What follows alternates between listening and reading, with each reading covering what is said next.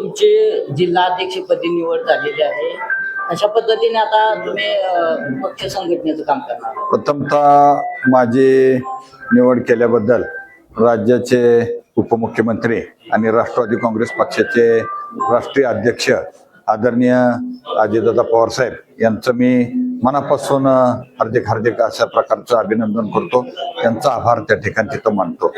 राष्ट्रवादी काँग्रेस पक्ष हा खऱ्या अर्थाने तळागाळापर्यंत पोचलेला पक्ष आहे आणि पक्षाच्या माध्यमातून संपूर्ण पुणे जिल्ह्यामध्ये जो का खऱ्या अर्थाने विकास दिसतोय, ज्या त्या ठिकाणी तिथल्या अडीअडचणी सोडवण्याचं काम आणि गावचा शहराचा सर्वांगीण विकास करण्याचं काम हे दादांच्या नेतृत्वाखाली आमचे सगळे सन्माननीय आमदार असतील, आदरणीय भरणीमामा असतील, आदरणीय वळसे पाटील साहेब असतील, हे सगळे ज्येष्ठ मंडळी, पक्षाच्या संघटनेतले सगळे कार्यकर्ते, आमदार, माजी आमदार, संस्थांचे त्या ठिकाणी तिथं आजी माजी पदाधिकारी, सरपंचापासून ते आमच्या पक्षाच्या संघटनेतल्या कार्यकर्त्यापासून सगळेच त्या ठिकाणी विधायक, सामाजिक आणि खऱ्या अर्थाने त्या परिसराचा विकास करण्यासाठी नेहमी प्रयत्नशील असतात.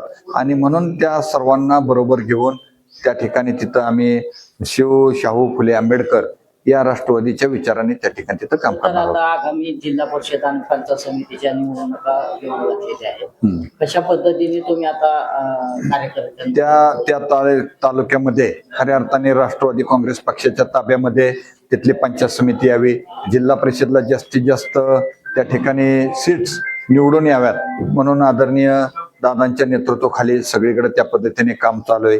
ज्या त्या तालुक्यामध्ये संघटनेचे कार्यकर्ते असतील किंवा त्या ठिकाणी आमचे सन्माननीय लोकप्रतिनिधी असतील, ते त्या पद्धतीने तिथं नियोजन त्या ठिकाणी तिथं झालेलं आहे आणि त्याला नेमकी बळकटी देऊन सगळ्या कार्यकर्त्यांना एकत्र घेऊन योग्य त्या माणसांना दादांच्या नेतृत्वाखाली आणि सगळे सन्माननीय मान्यवर हे पक्षाच्या माध्यमातून त्यांना तिकीट दिल्यानंतर खऱ्या अर्थाने पक्षाची वाडी वस्तीपर्यंत ध्येय धोरणं आणि विकास कामं पोचवून त्या ठिकाणी राष्ट्रवादी काँग्रेस पक्षाचा जिल्हा परिषद आणि पंचायत समिती सदस्य निवडून येण्यासाठी आम्ही सर्वच जण त्या ठिकाणी तिथं प्रयत्न करू. खरं तर तुम्ही 12 वर्ष तालुका अध्यक्ष म्हणून काम पाहिलं.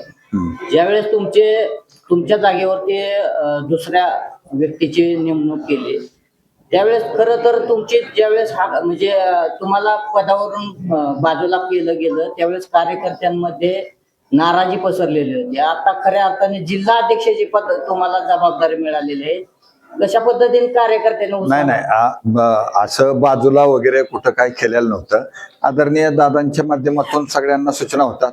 आमची 3 वर्षाची टर्म असते, मला 5 टर्म त्या ठिकाणी तिथं काम करायला संधी मिळाली आणि सगळेच कार्यकर्ते त्या ठिकाणी तालुक्यातले, शहरातले आपापल्या पद्धतीने काम करत असतात आणि गेली अनेक वर्ष मी त्या ठिकाणी अध्यक्ष होतो आणि त्याच्यामुळं जरा ज्या पद्धतीने आपण सगळ्यांना संधी मिळावी म्हणून दादांनी त्या ठिकाणी तिथं काम करा. आणि जरी पक्षाच्या संघटनेतलं माझं अध्यक्षपद नसलं तर मी जिल्हा बँकेचा संचालक म्हणून त्या ठिकाणी तिथं काम करत होतो आणि सगळीच कार्यकर्ते, आता आम्ही जरी अध्यक्ष नव्हतो तरी सगळे आम्ही अध्यक्ष सगळे बरोबरीनेच त्या ठिकाणी तिथं काम करत होतो.